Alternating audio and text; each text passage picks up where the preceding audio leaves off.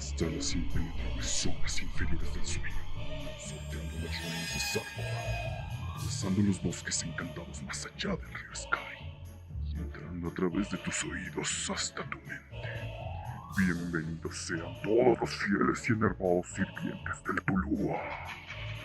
Las noches en Ulthar.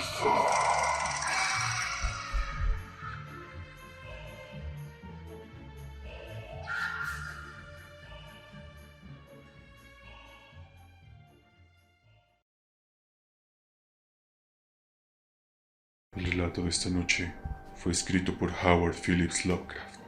Ha sido un texto publicado en distintas revistas y libros desde su creación en 1917. Puede ser considerado como uno de los relatos que da inicio a los famosos mitos del Tulu.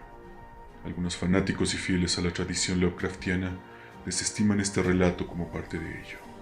Lovecraft a menudo escribía cosas que soñaba, muchas veces inspirado por otras lecturas o autores a quienes acostumbraba seguir.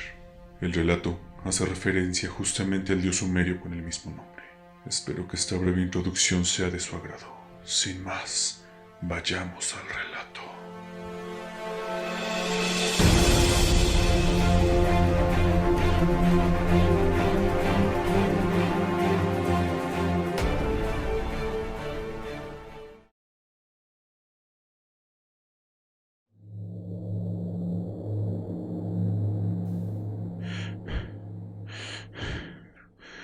Escribo esto bajo una fuerte tensión mental, ya que cuando llegue la noche habré dejado de existir, sin dinero y agotada mi provisión de droga, que es lo único que me hace tolerable la vida. No puedo seguir soportando más esta tortura. Me arrojaré desde la ventana de la buhardilla a la sórdida calle de abajo. Pese a mi esclavitud a la morfina, no me considero un débil ni un degenerado. Cuando hayan leído estas páginas atropelladamente garabateadas, quizá se hagan una idea, aunque no completa, de por qué debo buscar el olvido o la muerte. Fue en una de las zonas más abiertas y menos frecuentadas del anchuroso Pacífico, donde el buque en el que iba yo de sobrecargo cayó apresado por un corsario alemán. La Gran Guerra estaba entonces en sus comienzos y las fuerzas oceánicas de los hunos aún no se habían hundido en su degradación posterior. Así que nuestro buque fue capturado legalmente y nuestra tripulación tratada con toda la deferencia y consideración debidas a unos prisioneros navales. En efecto, tan liberal era la disciplina de nuestros opresores que 5 días más tarde conseguí escaparme en un pequeño bote con agua y provisiones para bastante tiempo.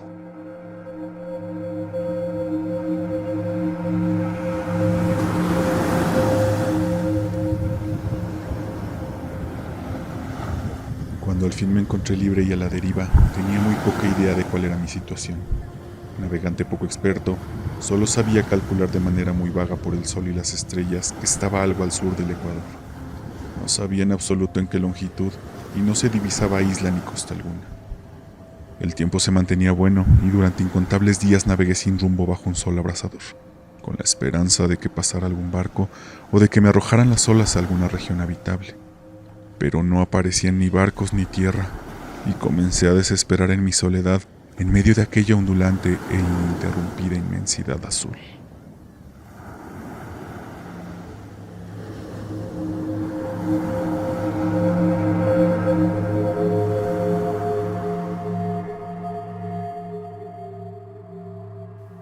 El cambio ocurrió mientras dormía. Nunca llegaré a conocer los pormenores, porque mi sueño, aunque poblado de pesadillas, fue ininterrumpido. Cuando desperté finalmente, descubrí que me encontraba medio succionado en una especie de lodazal viscoso y negruzco que se extendía a mi alrededor, con monótonas ondulaciones hasta donde alcanzaba la vista, en el cual se había adentrado mi bote cierto trecho.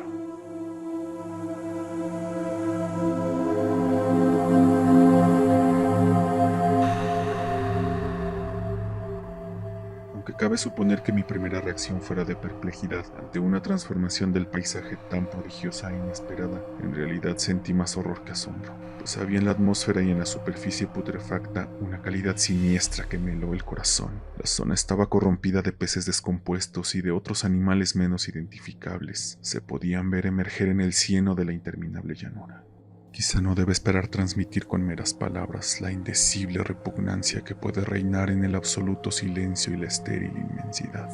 Nada alcanzaba a oírse, nada había a la vista, salvo una vasta extensión del légamo negruzco. La absoluta quietud y la uniformidad del paisaje me producían un terror nauseabundo.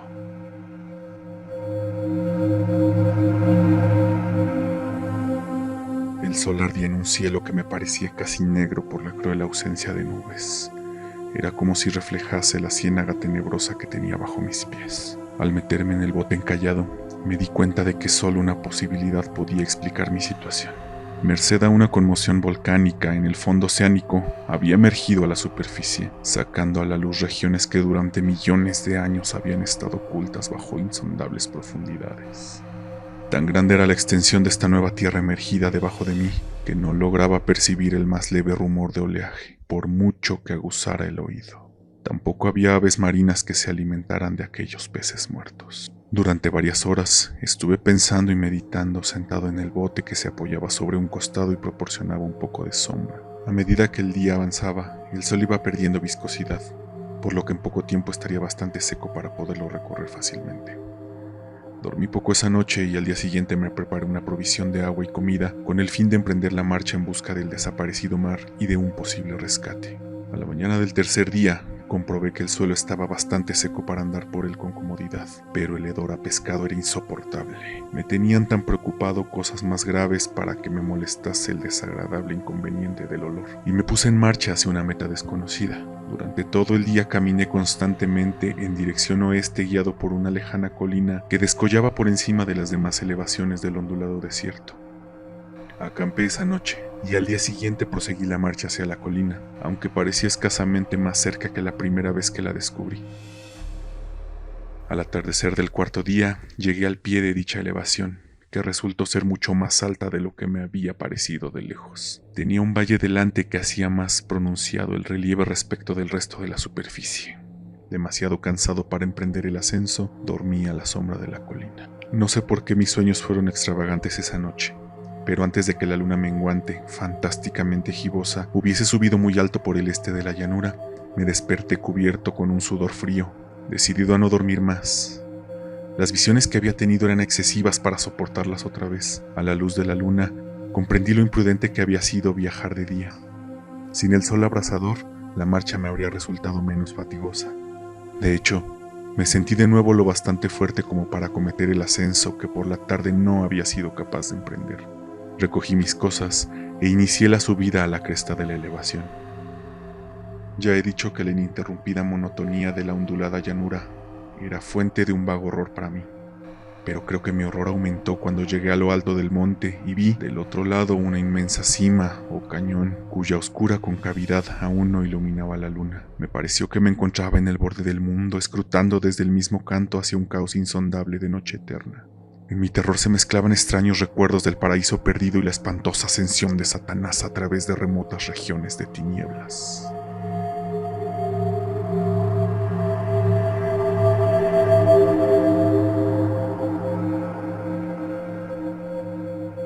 Al elevarse más la luna en el cielo, empecé a observar que las laderas del valle no eran tan completamente perpendiculares como había imaginado.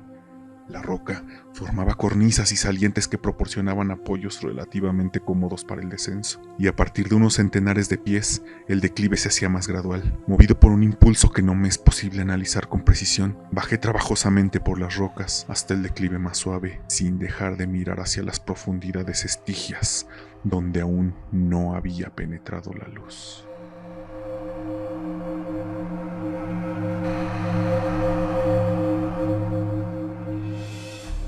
De repente me llamó la atención un objeto singular que había en la ladera opuesta, el cual se erguía enhiesto como un centenar de yardas de donde estaba yo. El objeto brilló con un resplandor blanquecino al recibir de pronto los primeros rayos de la luna ascendente. No tardé en comprobar que era tan solo una piedra gigantesca, pero tuve la clara impresión de que su posición y su contorno no eran enteramente obra de la naturaleza. Un examen más detenido me llenó de sensaciones imposibles de expresar, pues pese a su enorme magnitud y su situación en un abismo abierto en el fondo del mar cuando el mundo era joven, me di cuenta, sin posibilidad de duda, de que el extraño objeto era un monolito perfectamente tallado, cuya imponente masa había conocido el arte y quizá el culto de criaturas vivas y pensantes.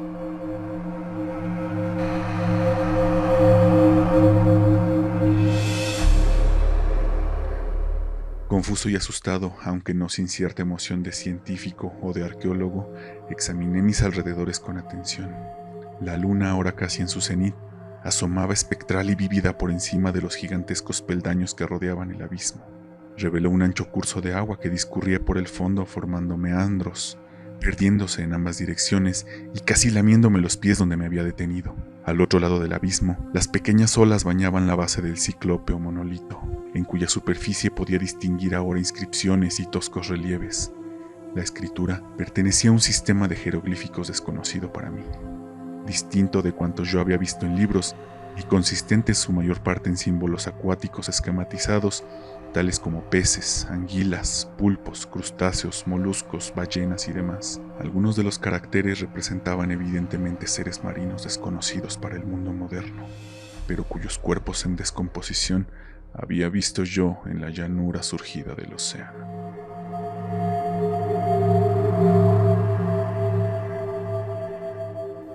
Sin embargo, fueron los relieves los que más me fascinaron, claramente visibles al otro lado del curso del agua a causa de sus enormes proporciones. Había una serie de bajorrelieves cuyos temas habrían despertado la envidia de un doré. Creo que estos seres pretendían representar hombres, o al menos cierta clase de hombres, aunque aparecían retosando como peces en las aguas de alguna gruta marina o rindiendo homenaje a algún monumento monolítico bajo el agua también.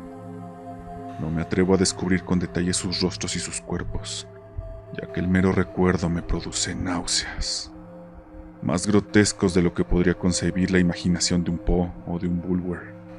Eran detestablemente humanos en general.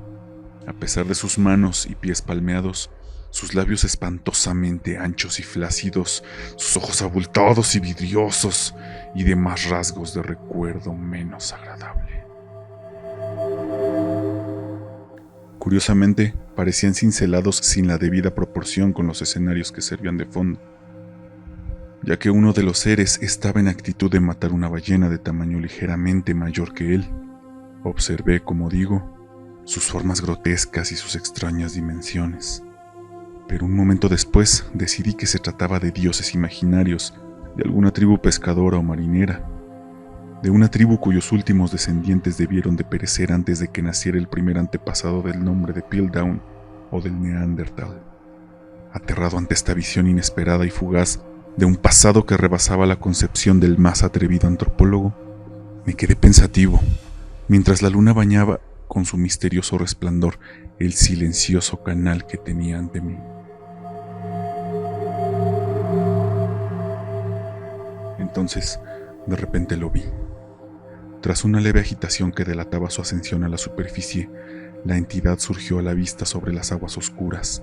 Inmenso, repugnante, aquella especie de Polifemo saltó hacia el monolito como un monstruo formidable y pesadillesco. Lo rodeó con sus brazos enormes y escamosos al tiempo que inclinaba la cabeza y profería ciertos gritos acompasados. Creo que fue entonces cuando enloquecí. No recuerdo muy bien los detalles de mi frenética subida por la ladera y el acantilado, ni de mi delirante regreso al bote varado. Creo que canté mucho y que reí incesantemente cuando no podía cantar. Tengo el vago recuerdo de una tormenta poco después de llegar al bote.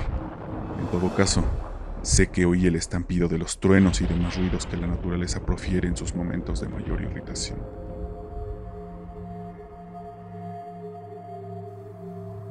Cuando salí de las sombras, estaba en un hospital de San Francisco. Me había llevado el capitán del barco norteamericano que había recogido mi bote en medio del océano. Hablé de muchas cosas en mis delirios, pero averigüé que nadie había hecho caso de mis palabras. Los que me habían rescatado no sabían nada sobre la aparición de una zona de fondo oceánico en medio del Pacífico, y no juzgué necesario insistir en algo que sabía que no iban a creer. Un día fui a ver a un famoso etnólogo y lo divertí haciéndole extrañas preguntas sobre la antigua leyenda filistea en torno a Dagón, el dios pez. Pero enseguida me di cuenta de que era un hombre irremediablemente convencional y dejé de preguntar.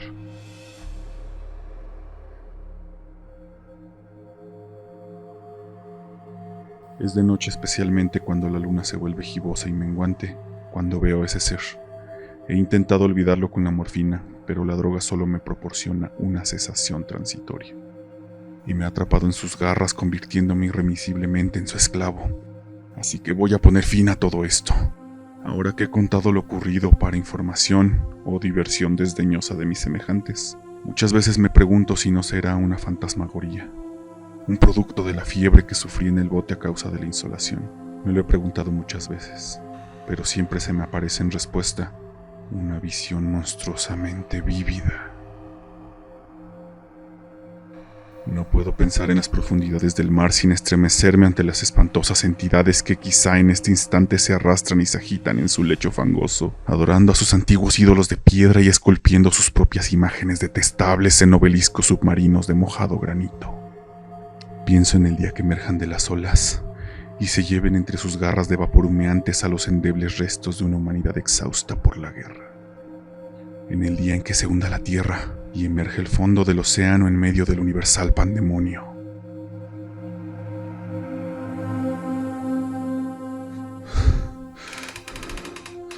Se acerca el fin. Oigo ruido en la puerta, como si forcejeara en ella un cuerpo inmenso y resbaladizo. No me encontrará. La ventana, Dios mío. Esa mano. La ventana.